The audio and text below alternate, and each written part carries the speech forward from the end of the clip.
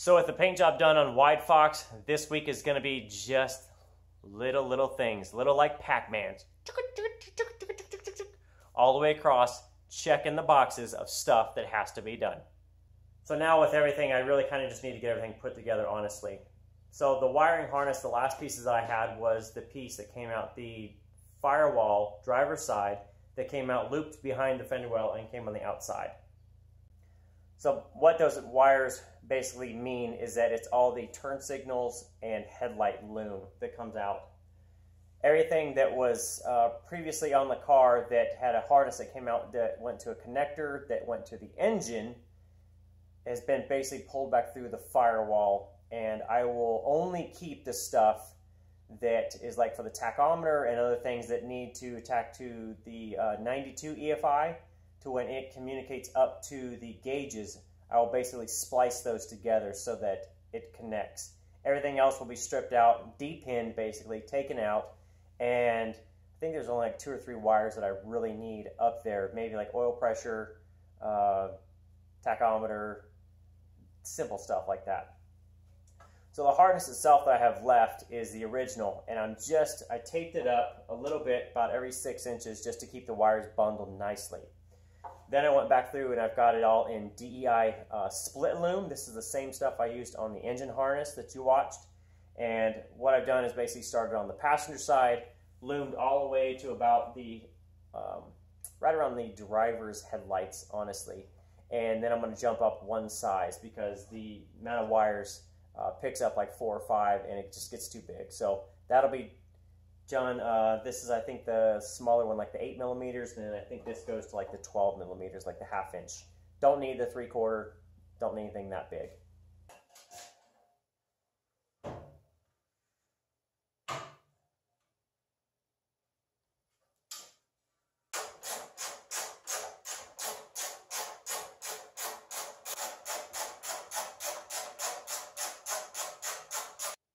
So the next piece from the wiring was then to move on to the radiator. So the radiator went in. Of course, remember I bought the SVE cover that goes across the top of the front mount that holds the radiator in place. Put that in, upper radiator hose, and then I also ran the alternator wire going from the alternator, obviously a 3G model.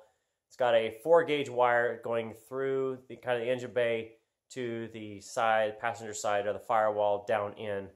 That's done, covered in DEI loom also, so if you ever look at it, you probably won't even recognize it's there because it's very well hidden, and I think it blends in great. From that point on, I went on to the sway bar next. Now I'm going to put on a 94-95 GT sway bar. It's a 30 millimeter diameter, and it's also wider than the Fox. With the lower control arms from the 9904 on there, obviously the mount point for the stabilizer bar that comes in, it actually is going to be more outboard. So there's 2 things you can do with that. You can either drill a hole in the lower control arm to mount the Fox sway bar back in there, or just upgrade to a wider SN95. Smaller diameter by about 4 millimeters, but it's wider, so it bolts right in, and I picked one of those up from MPS Auto Salvage in Statham, Georgia. So thanks to Brian for that, hooked me up, and that's the next piece to go in. Okay, so with the sway bar, it's pretty, I won't say self-explanatory, but using a kit from Maximum Motorsports for the brackets themselves. Very good instructions, makes sense. So the SN95 itself is going to mount up pretty similar. One of the major differences, on your Fox, you have these brackets that mount to the bottom of the frame rail here, and then you've got 2 on the inside. On the earlier ones, these are not coming off. They're welded on usually, but the older ones, or the newer ones where you call it like the 90s-ish, these are unboltable. So you can take these off, and then on the SN95 sway bar, you're basically going to take off this center bracket here. So it's got some fingers. If I show you these fingers, you basically push those in, pull off this piece, pull this down, and then you can take the bushing off, just slide it off. Very simple. The new stuff going on is a little different. So Maximum Motorsports has these relocation brackets themselves. Now these are going to bolt to the bottom of the frame rail. So here, what it's going to do is it's going to mount up to the SN95. So I've got some new Prothane bushings from Maximum Motorsports. These are 30mm. And then the instructions basically, one with the multiple holes to put a tool up through. This mounts in place of the Fox piece. Then it's got a bracket inside there that mounts the sway bar mount, this piece to the bottom using a plate and some screws in that, and it mounts up. Don't overthink this one. It's pretty darn simple. Basically mount it up, bolt it all together, put some blue Loctite on the fasteners to make sure they don't come off, and move on to the next piece. Very simple. Okay, so here's the final assembly, loosely installed. I just need to tighten it up. But basically what you get is this block, and what it does is it bolts to the factory piece where the Fox sway bar mounted to the frame rail. Bolt there. Then what this does is it slides it forward to match the SN95. You then put in your bearings, or not your bearings, your bushings. Prothane gives you some grease. You put in a plate, some washers and nuts in that, and then it basically mounts up. Everything goes in very simply. Just follow the instructions, mount it just as the diagram, and I think you'll be actually very golden. Just also check to make sure there's no lines in the way. My fuel lines, because everything is kind of like this converted crossover deal, they actually came in and we're going to touch this bracket. So I just bent those out of the way a little bit. That way nothing touches or rubs. I need to secure this down, and then I'm moving on. Okay, so the last piece of putting the car together for this week is really just getting all the fronted on. And you can see behind that everything is in place. It's all bolted down, and the fit on everything is pretty good. Not perfect as I was when I took it apart, but that was really kind of to the nth degree. How it fits now, it's pretty good, honestly.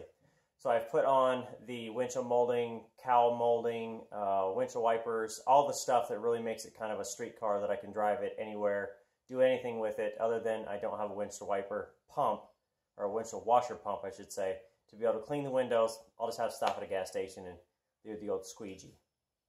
Now, one thing I did do differently on setting the fender to the door gap here, if you remember previously, I had filled in all this area and then used my scale here, basically with the 1/4 inch and the tape, to measure this way how it was going to fit. So that way I can mark on the fender and then sand back to that to be able to get this gap. When you're setting this stuff on, it's a lot easier to go against something hard than to try and put it in place, bolt it, measure it, move it, bolt it, measure it, all that kind of stuff. So rather than doing this, I ended up using this little bumper.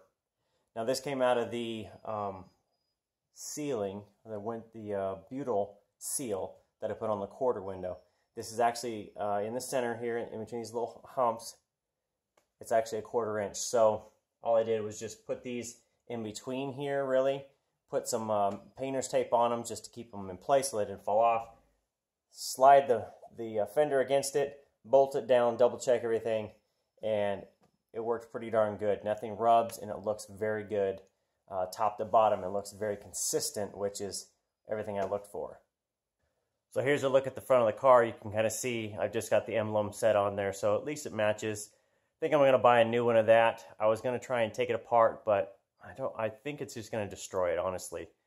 So I'm just going to buy a new one of these eventually, but you can see the fenders in there. You can see also windshield wipers. Everything looks pretty darn good, fits pretty well, and pretty happy with it. So with that, I think I'm pretty well done. The last thing I need to do is put in the wheel studs for the rear to be able to adjust with spacers after the panhard bar. I did mention that, so I'm halfway through that. Going to film that for you guys. That'll come out next weekend. And when you're watching this, we will probably be up in Madras, Oregon. It's about 3 hours north, doing some drag racing, or really watching. I'm not going to drive. I'll do that, and then next weekend, the weekend that the axle piece comes out, changing the studs, I will be at the Avery Dennison wrap class I've been talking about for a few months. Of course, I'll film as much of that as I can, give you an overview, kind of like what you learn and everything else, but I'm really kind of excited to get that done and see where that takes towards the business side of that.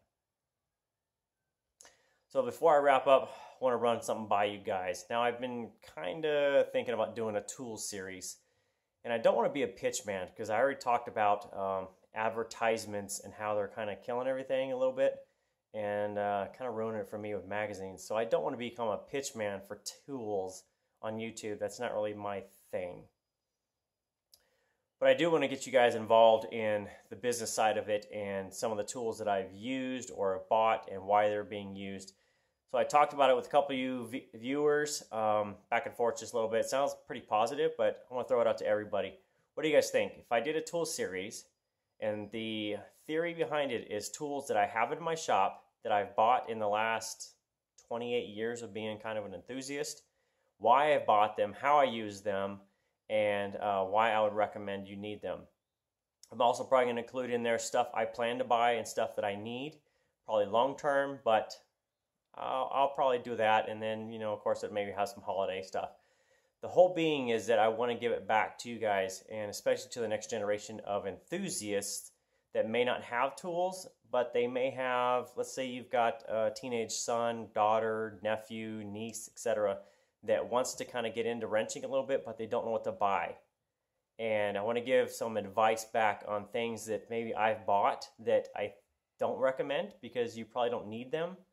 And I do want to give you guys some feedback on things that I've bought that is either a pro or con and may help you on making decisions on what you need to help furnish your shop or if you're a business or anything else. So that'll be for mechanics tools, big power tools, presses, hoists, and especially wrap tools as I get into that. So you guys let me know. What do you think? Should I start the series? And if it gets too pitchy, you guys tell me, or nah, there's already too much of that out there. Nobody's interested. So with that, everything is done. If I spin this around one last time, you can see the flat black on it, which I don't like. Flat black was a mistake, but it's going to get covered, so oh well. It was fun while it lasted.